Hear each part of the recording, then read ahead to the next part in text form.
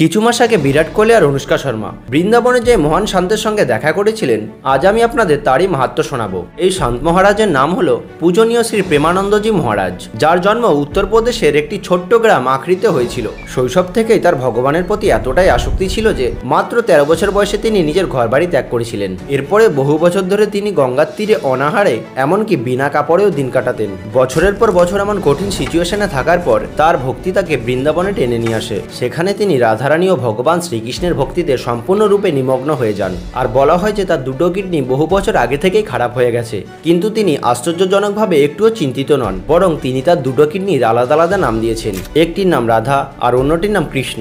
এমনকি অনেক মানুষ তাকে কিডনি দান করার প্রস্তাব দিয়েছেন, কিন্তু তিনি সবসময় এটা বলে মানা করে দিয়েছেন যে তিনি কাউকে সামান্যটুকু কষ্ট দিতে চান না। বন্ধুরা, এমন চিন্তাধারা তাদের মধ্যেই পাওয়া যায় যারা এমন মহান শান্ত ও মহান প্রাকৃতিক মানুষ। আর এমন মহান শান্ত শুধুমাত্র আমাদের ভারতবর্ষে পাওয়া যায়। তো বন্ধুরা, কমেন্টে জয় রাধারানী অবশ্যই লিখবেন।